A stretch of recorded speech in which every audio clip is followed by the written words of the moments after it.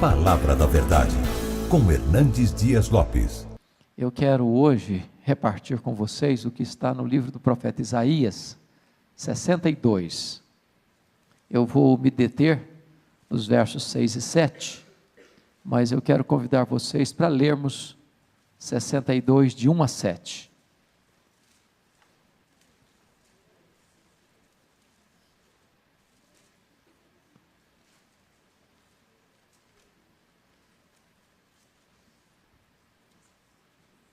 Isaías 62, de 1 a 7.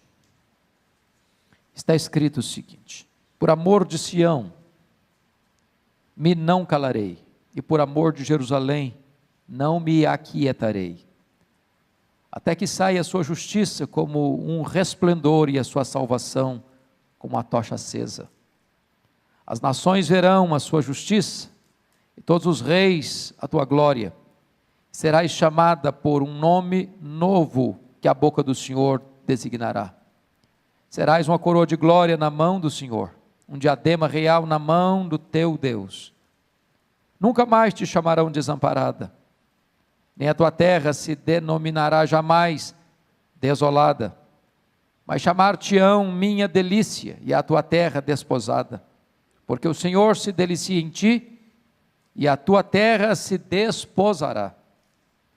Porque como o jovem desposa a donzela, assim teus filhos te desposarão a ti, como o noivo se alegra da noiva, assim de ti se alegrará o teu Deus. Agora vamos nos deter nos versos que vamos trabalhar hoje aqui, versos 6 e 7, se você tem a versão atualizada como a minha, leia comigo por favor, vamos juntos? Sobre os teus muros, ó Jerusalém, pus guardas, que todo dia e toda noite jamais se calarão. Vós os que fareis lembrar do Senhor, não descanseis, nem deis a ele descanso, até que restabeleça Jerusalém e a ponha por objeto de louvor na terra. Amém.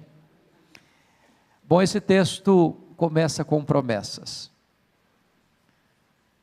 E o contexto aqui é de uma Jerusalém desolada, e Jerusalém aqui é um emblema, é um símbolo do povo de Deus, é um símbolo da igreja, e nesta tarde eu gostaria que nós encarássemos como um símbolo da nossa família.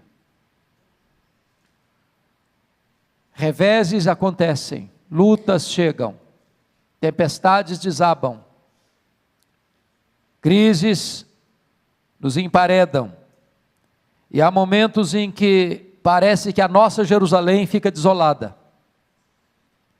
mas Deus está agora prometendo que esta terra, que esta cidade, que este povo, não vai mais ser um povo desolado, mas vai ser a delícia de Deus,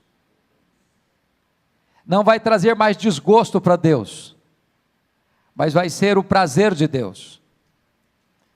E numa linguagem humana, e ele não poderia encontrar uma mais poética do que esta, ele diz assim: como o noivo se alegra da noiva, assim de ti se alegrará o teu Deus. É com este amor, é com esta alegria, é com esta paixão, é com este zelo que Deus olha para você e para mim e diz: você é precioso para mim, a sua família é preciosa para mim, a sua igreja é preciosa para mim, e eu vou olhar para a sua Jerusalém agora como meu prazer, como a minha delícia, como a menina dos meus olhos. É promessa de Deus para a nossa vida. Às vezes a gente fica pensando que Deus passa perto da gente, corta a volta, prende o nariz, porque o cheiro é muito ruim, mas não é assim que Deus olha para a gente. Ele olha para você como uma pessoa olha para sua amada, um jovem olha para sua amada, para desposá-la, com toda emoção, com todo afeto, com toda doçura, com toda ternura, e Ele está dizendo para você que Ele se delicia em você, você é o prazer dEle, você é a delícia dEle, e que Ele tem restauração para a sua vida. Esse texto, depois de tratar das promessas, vai mostrar que embora as promessas nos são feitas, mas nós as obteremos por meio da oração. A restauração veio por meio da oração. E os grandes momentos de avivamento na história, na igreja, na família, vêm como resultado da oração.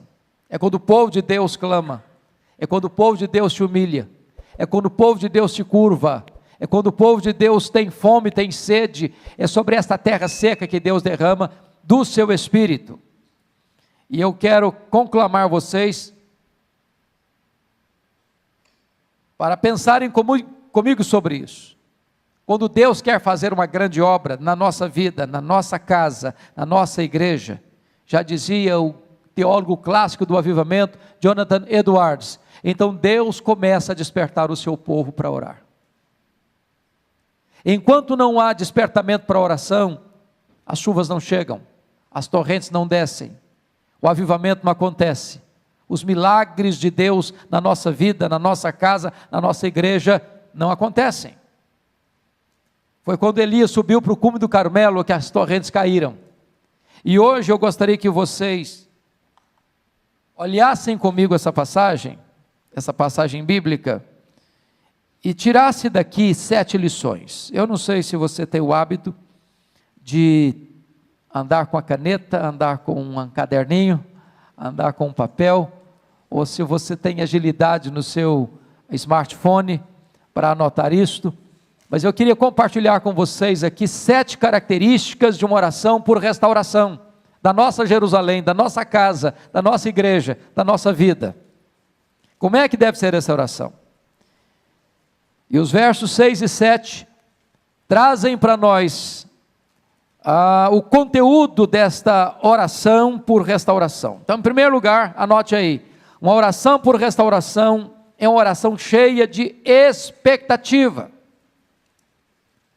Olha o verso 6, sobre os teus muros, ó Jerusalém, pus guardas.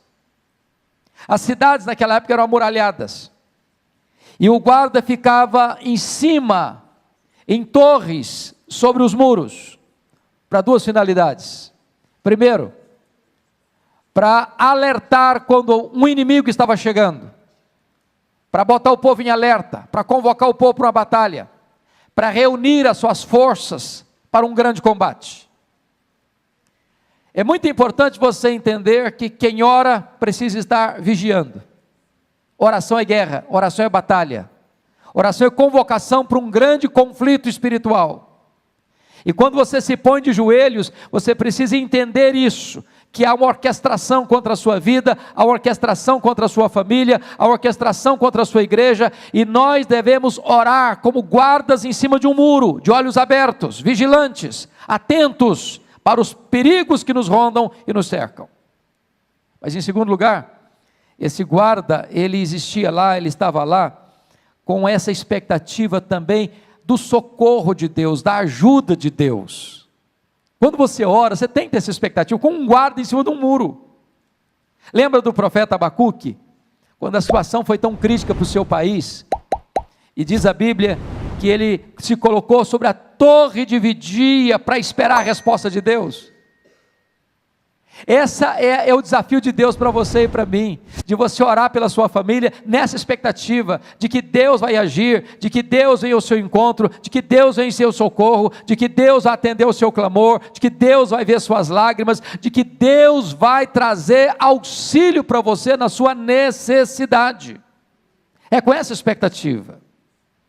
É a expectativa de Jacó, que se agarra ao Senhor e não o larga até receber a bênção. É a expectativa do leproso que chega para Jesus e diz: Senhor, se tu quiseres, tu podes purificar-me.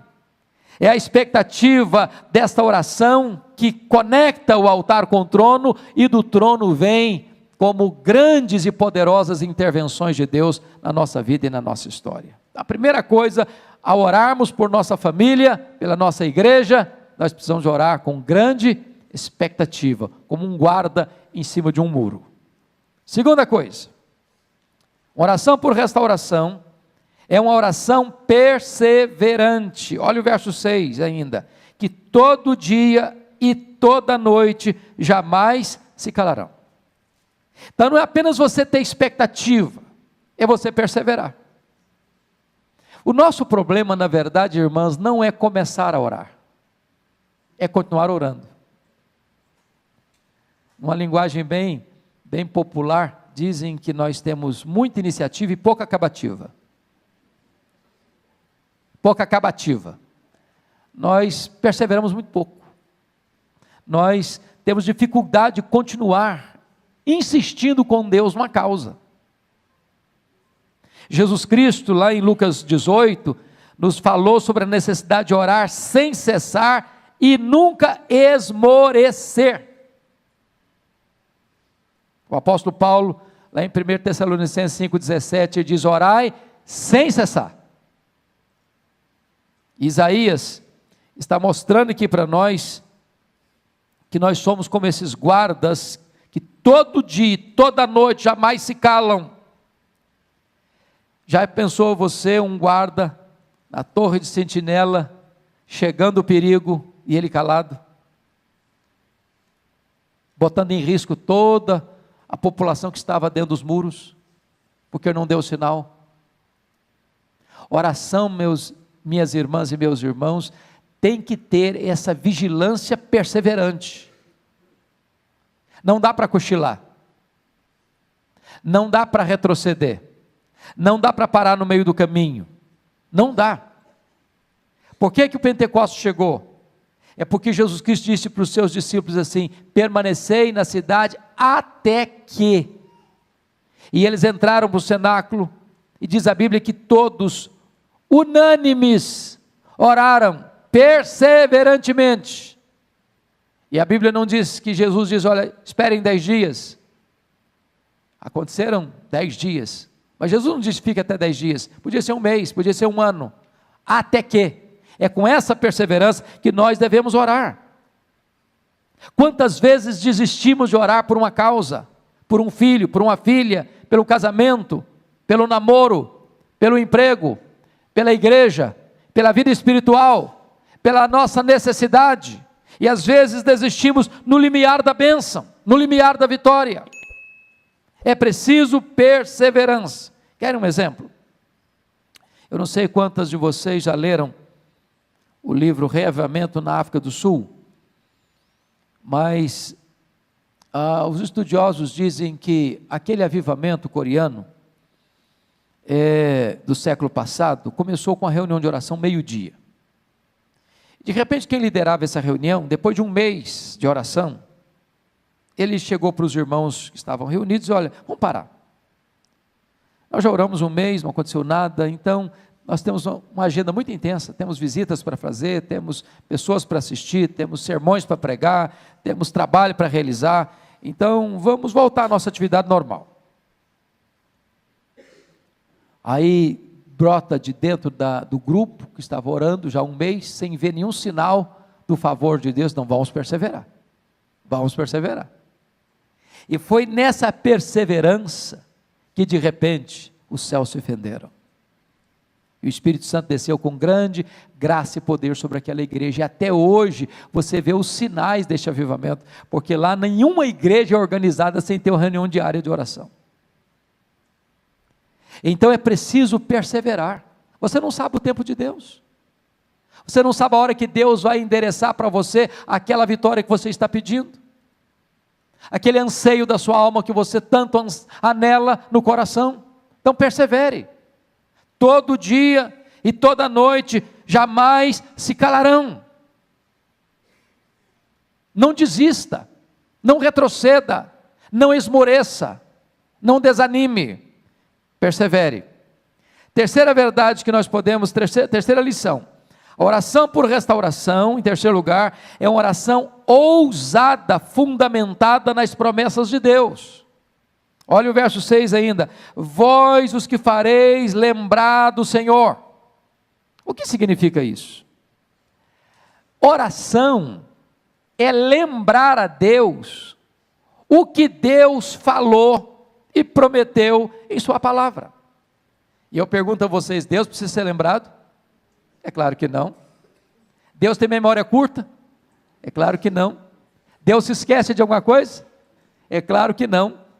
Mas quando Deus nos orienta a lembrá-lo do que ele falou, não é Deus que está precisando de ser lembrado, somos nós que precisamos nos lembrar do que ele nos prometeu. Porque oração é exatamente falar para Deus, falar: Deus, eu estou pedindo o que o Senhor prometeu, é orar as promessas de Deus, é orar a palavra de Deus, e orar as promessas de Deus, e pedir para Deus aquilo que Ele já prometeu na sua palavra, é ter a convicção de que você está orando segundo a vontade de Deus, porque Ele vela pela sua palavra em a cumprir, Ele não deixa que nenhuma das suas promessas caia por terra, em todas elas nós temos o sim, e nós temos o amém, louvado seja Deus por isso. Se vocês fizerem um exercício, de examinar as orações registradas na Bíblia, vocês notarão que a vasta maioria delas foram orações feitas, fundamentadas nas promessas de Deus. Foi assim com o rei Ezequias, foi assim com o rei Josafá, foi assim com o profeta Daniel, foi assim com Neemias. Eles começam a orar dizendo: Deus, tu falaste, tu prometeste, a tua palavra diz. E quando você ora assim, você ora com ousadia, você ora na convicção de que você está pedindo algo que é da expressa vontade de Deus, porque Deus não deixa a sua palavra e as suas promessas caducarem.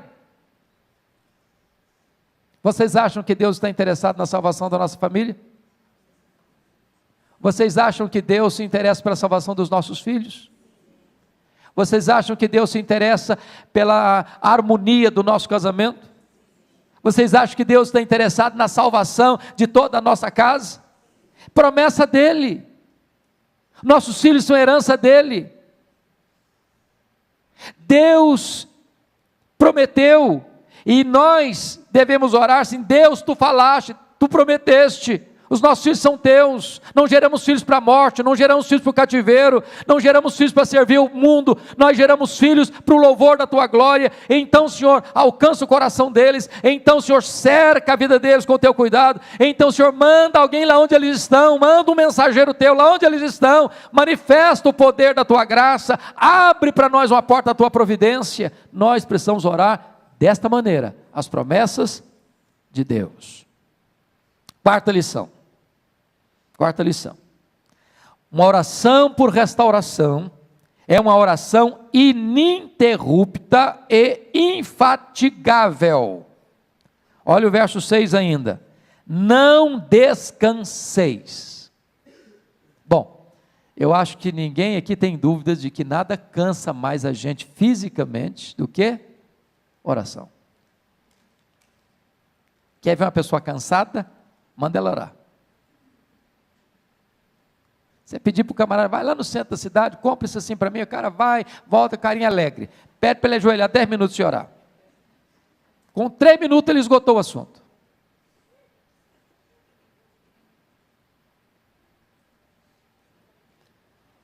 Não descansei. Sabe o que significa, amadas irmãs?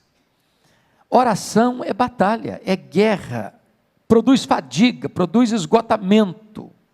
E o texto está dizendo o seguinte: não permita que o seu corpo seja um impedimento para você prosseguir. Não afrouxe as suas mãos, não ensarilhe as suas armas. É preciso tenacidade para não retroceder, é preciso disposição para não se acomodar. Veja comigo como é que Jesus orou no Getsêmani. Quem pode dar para mim algumas características da expressão corporal de Jesus ao orar ali no Getsêmani? Primeiro, suava. Agora, estava frio ou estava quente? Você tem plena certeza que estava frio. Por que você sabe que estava frio? Porque naquela mesma noite que ele foi preso, lá no pátio da casa do sumo sacerdote, para onde ele foi levado, tinha o que lá? Uma fogueira. E o Pedrão ficou bem perto do fogo para quê? Se aquecer. Se tivesse calor, ele ia procurar um ventilador. Estava frio. E ele estava suando. Segundo, ele estava chorando convulsivamente, diz Hebreus 5:7. oferecendo forte clamor e lágrimas. Terceiro, ele estava suando sangue. Às vezes, meus irmãos, a nossa oração é tão rasa, é tão superficial, é tão epidérmica, é tão vazia, que nem os lábios a gente abre. Nós não botamos o corpo, não botamos a alma, não botamos a força, não botamos energia, não botamos o nosso ser por completo nessa oração. Não descanseis. Eu fico olhando alguns exemplos bíblicos, como o exemplo de Ana. A postura da Ana de derramar a alma era tão forte que ele pensou que ela estava bêbada. E eu fico imaginando o seguinte: até que ponto nós estamos tendo esse ato físico, corporal, de gesto, de atitude na oração, que nós poderíamos dizer: eu estou derramando a minha alma. Não descansar significa que você vai perseverar nessa busca, não importa quanto tempo vai levar. Ambrósio, um dos pais da igreja, disse acerca de Mônica, mãe de Agostinho de Hipona, depois que ela orou por ele 30 anos. Ô, gente, não é brincadeira não orar por alguém 30 anos. Não é verdade? Não dá vontade de desanimar não? Falou: Deus, eu já fiz o que o senhor tinha que falar, já falei, agora é com o senhor, agora não vou falar mais não. Esgotou meu repertório. 30 anos. E Ambrósio disse: um filho de tantas lágrimas jamais poderia se perder. Não descanseis.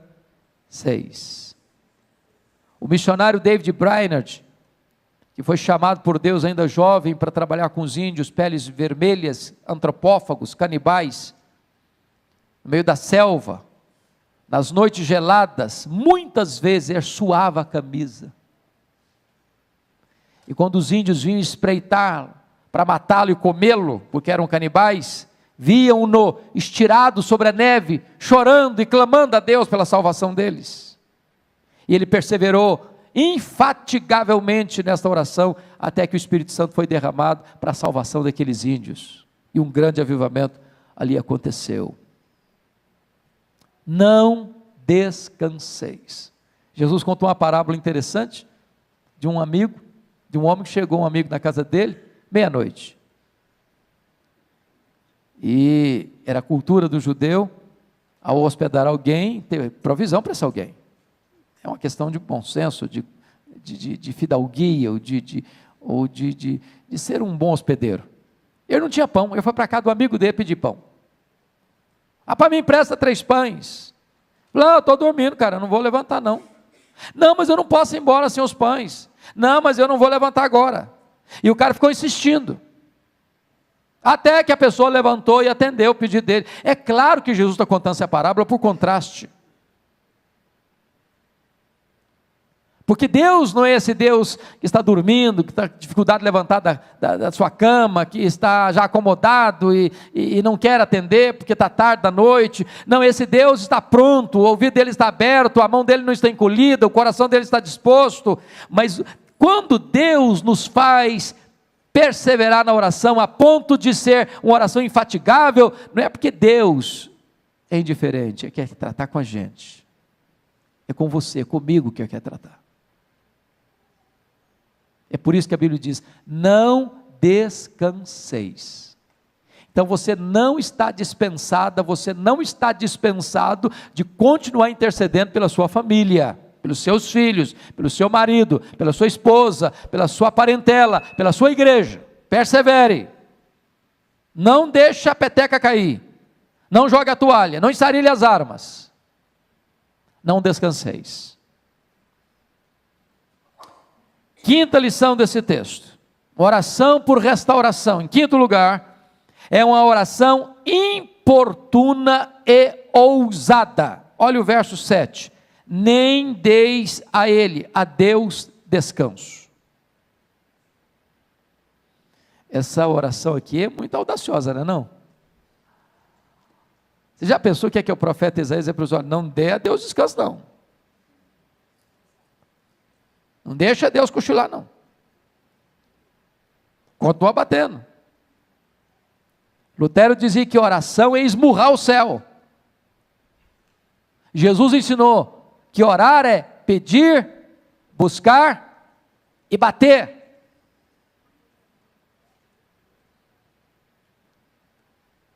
Orar é você chegar a Deus. Estou aqui, Senhor. Aí amanhã, Senhor, estou aqui de novo, Senhor. Aí, Senhor, ó. Ó Deus, ó, o Senhor está lembrado? O Senhor prometeu, né? Estou aqui de novo. O Senhor já tem uma semana, já tem um mês. O Senhor já tem um ano, o Senhor já tem 10 anos. O Senhor tem 20 anos. Estou aqui, Senhor, ó, o Senhor prometeu. Estou aqui de novo. Estou aqui outra vez. Olha eu de novo aqui. Não deis a Deus descanso. Irmãos, é claro que isso é uma linguagem humana para nós. Vocês estão percebendo? Vocês acham que Deus fica assim, incomodado? Quem lembra do filme O Todo-Poderoso? O camarada lá que tentou ser de Deus, e aí tanto pedido, ele botou atender tudo uma vezada só. Não, Deus não tem esse problema que você e eu temos de agenda cheia.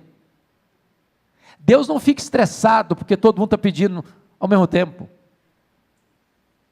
Mas quando o profeta diz, não deis a Deus descanso, é que Deus quer nos ensinar o seguinte, que Deus tem prazer quando você chega para Ele e diz, Deus, eu estou aqui, Tu prometeste, é a Tua palavra, é a Tua promessa, eu preciso, eu necessito, eu careço, Senhor, olha para mim, olha para minha casa, olha para o meu casamento, olha para o meu filho, olha para minha filha, olha, meu Deus, para minha família, estou aqui, Senhor, Tu sabes que eu estou sofrendo, Tu sabes, meu Deus, a minha necessidade, a minha angústia, meu Deus, olha aqui, eu estou aqui. É Deus quem nos orienta a fazer isso.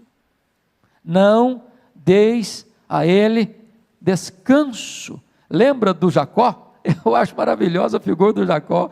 A Jacó grudou no anjo, que o anjo era o próprio Deus. Eu não te deixarei ir se tu não me abençoares. É assim que você deve orar. Lembra do Moisés, quando está orando pela nação rebelde? Senhor, perdoa esse povo, senão risca o meu nome do livro. Ou uma coisa ou outra. É com essa audácia e com essa humildade é que ele chega diante de Deus. Eu fico impressionado com a oração de Abraão em favor de Ló e da família de Ló, quando a cidade de Sodoma estava sendo destruída. Você insistir com Deus, Senhor, se eu tiver lá tanta gente, e se tiver tanto, e se tiver tanto, e se tiver tanto, e se tiver tanto, e Deus, não, eu vou atender. Ele parou de orar, porque se ele tivesse continuado, Deus continua respondendo. Não deis a Deus descanso.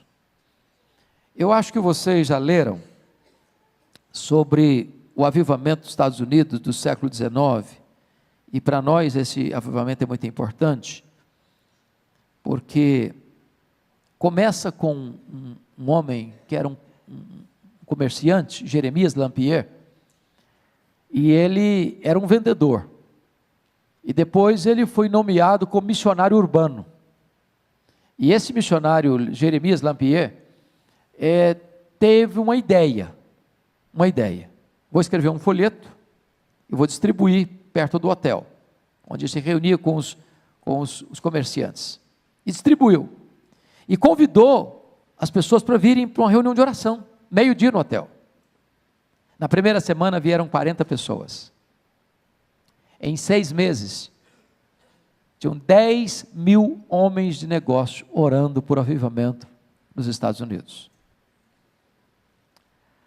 A reunião de oração parecia que se estendia para o país inteiro. Um dia um homem fez uma viagem de 800 milhas de trem, disse, hoje eu vi uma reunião de oração de 800 milhas. O país inteiro estava orando. 2 milhões de pessoas convertidas. E foi exatamente deste avivamento que veio para cá o nosso missionário, Ashbel Green Simonton. Então preste bem atenção nisso, minhas irmãs, a necessidade de você insistir com Deus no seu pedido. Não deis a Deus descanso. Sexta lição desse texto. Uma oração por restauração da nossa vida, da nossa família, da nossa igreja, é uma oração que não desiste, nem abre mão da resposta. Olha o verso 7. Não deis a ele descanso até que restabeleça Jerusalém.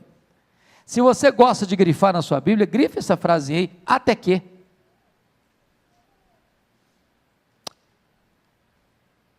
Deus disse, se você orar uma semana eu vou atender, foi isso que está escrito aí? E um mês também? E um ano? E uma década? Não.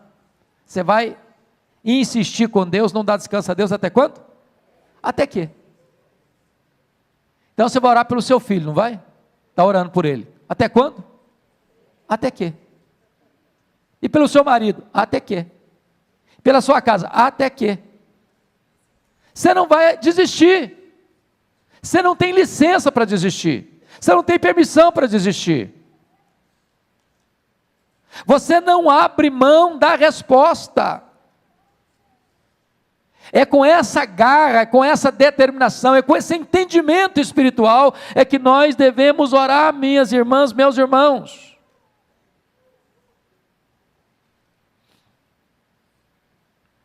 O avivamento na África do Sul demorou 12 anos. 12 anos.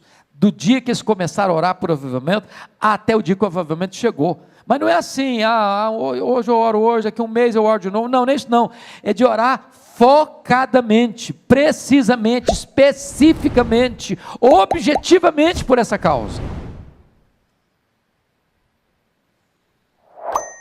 Quem já leu as obras ou a biografia de George Miller, os biógrafos de George Miller dizem que ele teve mais de 3.000 orações específicas respondidas. 2 não foram, enquanto ele viveu. 2 amigos pelos quais George Miller orou pela conversão, eles não se converteram. Um deles se converteu quando ficou sabendo que tinha morrido. O segundo se converteu no funeral. Eu não sei se você vai ver todas as suas orações respondidas em vida, mas saiba que nenhuma oração sua ficará sem resposta, ainda que você não veja. Finalmente, último lugar, 7º lugar, uma oração por restauração da nossa vida, da nossa família, da nossa igreja, é uma oração específica, por uma intervenção sobrenatural de Deus, por uma restauração gloriosa de Deus. Olha aí o versículo 7, até que restabeleça Jerusalém e a ponha por objeto de louvor na terra. Jerusalém estava desolada, e Deus prometeu de transformar aquela cidade desolada numa coroa de glória, uma diadema real. Aquela cidade que estava provocando a ira de Deus, o desgosto de Deus, seria a delícia de Deus. Em vez de Deus olhar para ela e cortar a volta dela, Deus olhava para ela como um noivo, desposava a sua amada, tendo prazer nela, contentamento nela e felicidade nela. E agora que Deus prometeu isso, Deus nos ensina a orar até que isso aconteça. Vejam vocês que Ele não está pedindo bênçãos materiais, Ele está pedindo que Deus restabeleça Jerusalém e a ponha como coroa de glória na sua mão. Ele está pedindo um reavivamento espiritual, Ele está pedindo uma restauração espiritual, Ele está pedindo um novo vigor espiritual para a cidade de Jerusalém, que é um símbolo da igreja, que é um símbolo da nossa vida, que é um símbolo da nossa família. E a pergunta que eu faço para você hoje é esta: o que é que você está pedindo para Deus, para a sua vida, para a sua família, para a sua igreja? O que é que nos encanta? Tiago diz que pedis e não recebeis. Por quê? que diz mal, para esbanjardes nos vossos próprios deleites. Às vezes nós pedimos para Deus, mas não sabemos pedir como convém. Às vezes nós pedimos para Deus uma pedra, pensando que estamos pedindo um pão. Uma cobra, pensando que estamos pedindo um peixe. Um escorpião, pensando que estamos pedindo um ovo. O que vai nos destruir, pensando que estamos pedindo o que vai nos dar vida. Porque às vezes os nossos pedidos são egoístas. Mas se nós estamos pedindo conforme a vontade de Deus, se nós estamos orando as promessas de Deus, se nós estamos dizendo para Deus o que Ele mesmo nos disse em sua palavra, se nós estamos querendo de fato uma restauração para a nossa vida e para a nossa família e para os nossos filhos e para a nossa igreja, podem ter certeza que não cairá esta oração em ouvidos moucos, que os ouvidos de Deus não estão surdos. Estas mãos não estarão encolhidas para nos estender e nos dar a resposta, porque o braço de Deus está estendido, porque Ele tem pressa e tem prazer em atender aos seus filhos. Ele conhece as nossas necessidades, mesmo antes de nós as proferirmos, e Ele é rico em graça, rico em misericórdia, tem prazer em perdoar, tem prazer em restaurar, tem prazer em abençoar o seu povo. Eu queria orar com vocês hoje, orar pela nossa casa, orar pela nossa família. Nenhum de nós aqui, certamente pode dizer, não, estou tão bem, como a igreja de Laodiceia, que não preciso de nada, estou rico e abastado. No próprio momento que a gente pensar isso, é porque nós já estamos numa situação muito crítica. Todos nós estamos precisando, todos nós estamos precisando. Todos nós queremos mais de Deus na nossa casa, mais de Deus na nossa casa. A nossa casa não precisa tanto de mais coisas, precisa mais de Deus, mais de Deus. Então eu gostaria que nós orássemos nesse sentido.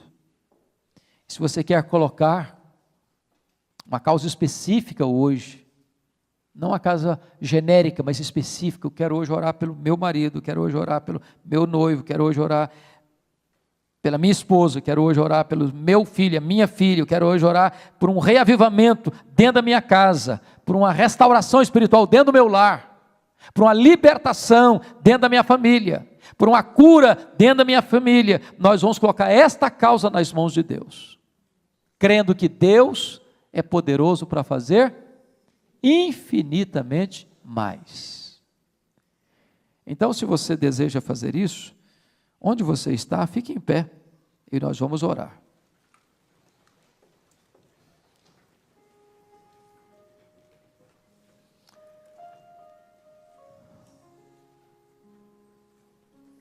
Senhor Deus,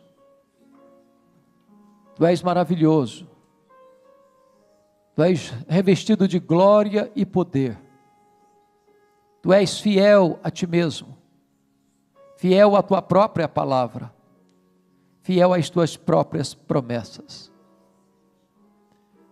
Nós estamos aqui cheios de esperança, porque a esperança que temos não emana de nós mesmos, não procede do braço da carne. A esperança que nutrimos na alma emana da Tua própria palavra, palavra viva, palavra poderosa, palavra que não pode falhar. Nós não estamos endereçando a nossa oração a um ídolo mudo, a um Deus pagão. Nós estamos nos dirigindo a Ti, Deus, Criador dos céus e da terra, aquele que tem o controle da história nas mãos, aquele que olha do céu e contempla o povo a quem Tu amaste desde a eternidade. Glória ao Teu nome, porque nós fomos amados, atraídos por Ti, transformados por Tua graça. E hoje, nesta tarde, o que nós pedimos é restauração, é um reavivamento para a nossa alma, um reavivamento para o nosso coração, para a nossa família, para a nossa casa, a nossa família, Senhor. Meu Deus, vá ao encontro do marido, vá ao encontro da esposa, vá ao encontro do filho, da filha, vá ao encontro do pai, da mãe, em nome de Jesus, vá ao encontro do irmão, da irmã, do tio, da tia, do avô, da avó, traz salvação para a nossa família, Senhor. Aqueles que estão cativos, liberta-os. Aqueles que estão longe, os pródigos, traz-os de volta à tua casa. Aqueles que estão desviados, toca o coração deles. Aqueles que estão vivendo, meu Deus, apáticos, uma vida mundana, meu Deus, abre os olhos da alma e mostra a eles o banquete da graça. Traz restauração para a nossa casa, traz cura para a nossa casa, traz paz para a nossa casa, traz alegria para a nossa casa, traz a doçura da tua presença para a nossa casa, encha a nossa casa com a tua glória, Senhor. Bendito é o teu nome, porque tu és o Deus que responde orações. Bendito é o teu nome, porque tu não despedes vazios aqueles que chegam na tua presença com o coração quebrantado. Glória ao teu nome, porque tu és o Deus vivo, o Deus que faz maravilhas, o Deus que responde o clamor do aflito, o Deus que atende a necessidade daquele que está carente, o Deus que enche de bens o faminto. Louvado seja o teu nome, por esta gloriosa e bendita hora de oração. Glória ao teu nome pelas pessoas que vieram a esta tarde aqui buscar a tua face, que ao voltarmos para casa, Senhor, voltemos como Ana um dia voltou, com brilho no rosto, com a promessa da vitória nas mãos. Louvado seja o teu nome, em nome de Jesus, aleluia, amém, amém, louvado seja Deus.